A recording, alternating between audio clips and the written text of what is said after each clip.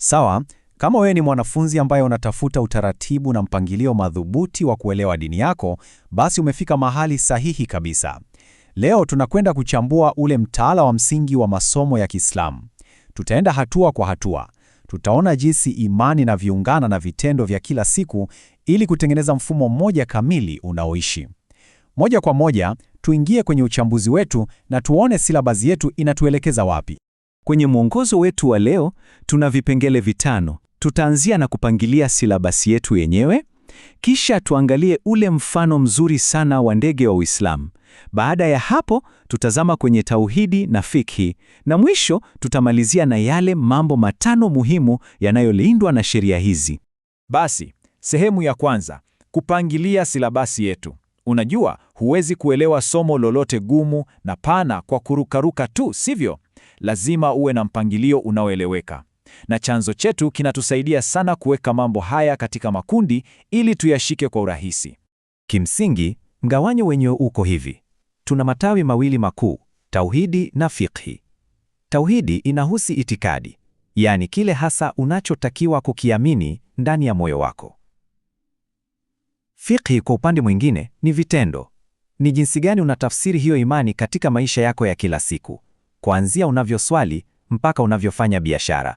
Ni kama vile tauhidi ni mzizi imara wa mti na fikhi ni yale matunda unayoyachuma kila siku. Sehemu ya pili inatuleta kwenye ndege wa Uislamu na zile nguzo tano. Na hapa hatuzitazami tu kama orodha ya kukariri. Hapana, huu ni mfumo mmoja unaoishi na kutegemeana kwa 100%. Hebu fikiria jinsi nguzo hizi zilivyopangwa.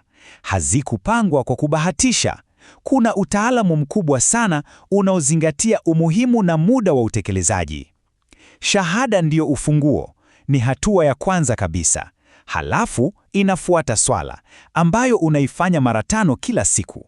Kisha zaka inatolewa katikati, ikifuatiwa na funga unayoifanya mara 1 kwa mwaka, na mwisho kabisa ni hija, ambayo inafanywa mara 1 katika uhai wako. Ukiiondoa nguzo moja tu, mfumo mzima unayumba.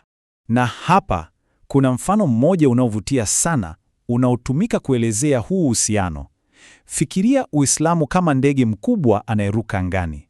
Shahada na swala ni bawa lake moja, na funga na hija ni bawa la pili. Lakini vipi kuhusu zaka ambayo imewekwa pale katikati? Zaka ndiyo kifua cha ndege. Ndiyo, mabawa yanahitajika ili uruke, lakini nguvu zote na injini inayomsukuma ndege mbele inatoka kwenye kifua. Zaka inategemeza na kuzipa nguvu nguzo nyingine zote. Mfano huo unauangwa mkono vizuri sana na nukuu hii inayosema, zaka ni daraja la Uislamu. Ili Uislamu ufike pale unapotakiwa kufika, na ili jamii yetu isonge mbele bila kuacha wanyonge nyuma, lazima mazingira yaandaliwe na uchumi uimarishwe kupitia zaka. Ni daraja ambalo linawezesha kila kitu kingine kufanya kazi. Sawa, tunaingia sehemu ya 3, tauhidi, yaani kumjua muumba wako.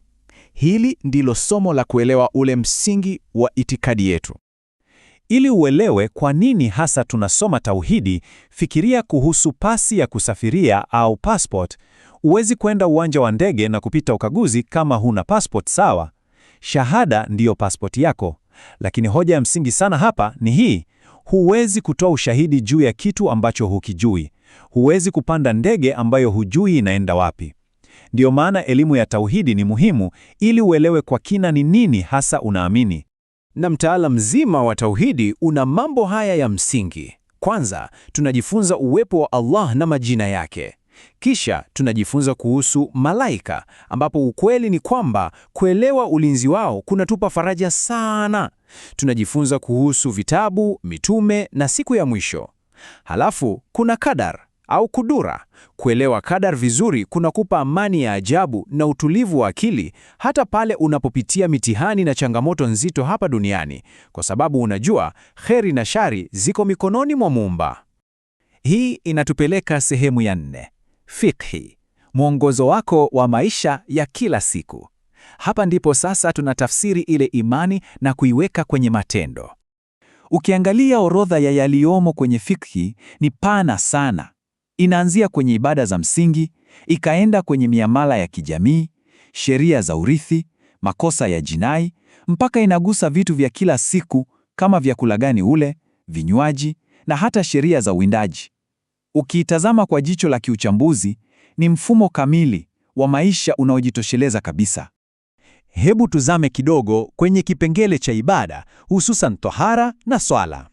Unajua, kabla hata hujajifunza kuswali, mtaala unakutaka uelewe kwanza tohara, yaani usafi.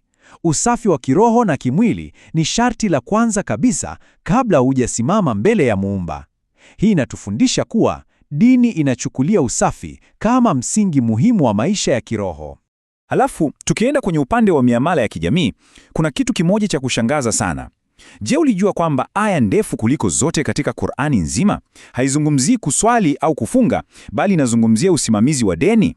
Hii inaonyesha wazi jinsi Uislamu unavyochukulia kwa uzito mkubwa usimamizi wa fedha, uwazi kwenye mikataba na kukataza kabisa dhulma na riba. Na linapokuja suala la kuzuia dhuluma, fikhi ya mirathi, yaani sheria za urithi, ipo wazi sana. Mgawanyo huu uliwekwa kwa umakini mkubwa na Mungu mwenyewe ili kulinda haki za mayatima na wajane dhidi ya kudhulumiwa na watu wenye nguvu. Cha kusikitisha ni kwamba Mtume alionya kuwa sheria hizi za mirathi zitakuwa kati ya sheria za kwanza kabisa kusahaulika au kuachwa katika jamii. Hivyo basi, inabidi tuzipe kipaumbele kikubwa.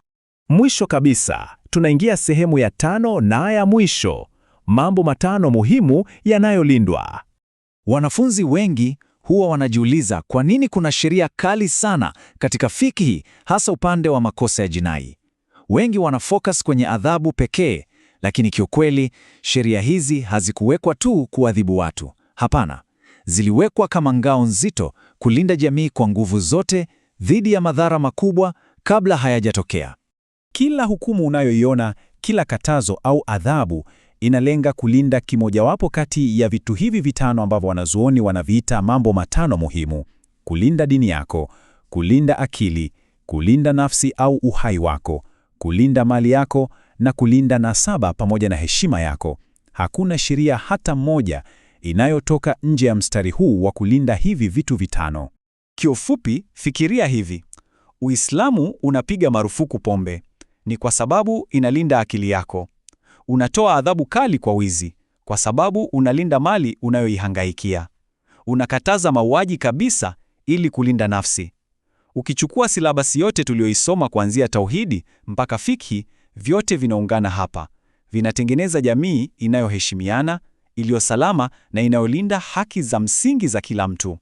Basi, jambo letu la kuchukua leo ni hili: kujifunza dini si kukariri tu matendo ya kufanya, ni kuelewa huu mtaala mzima unaoishi. Umeona jinsi itikadi yako inavyokupa nguvu ya kufanya matendo yako ya kila siku, na jinsi vyote viwili vinavyoungana kukulinda wewe na jamii yako. Sasa, kwa kuwa unayo hii silabasi mkononi mwako, utautumiaje mtaala huu kuanzia leo kujenga imani yako iliyo hai, thabiti na inayoonekana kwa vitendo? Tutaishia hapa kwa leo.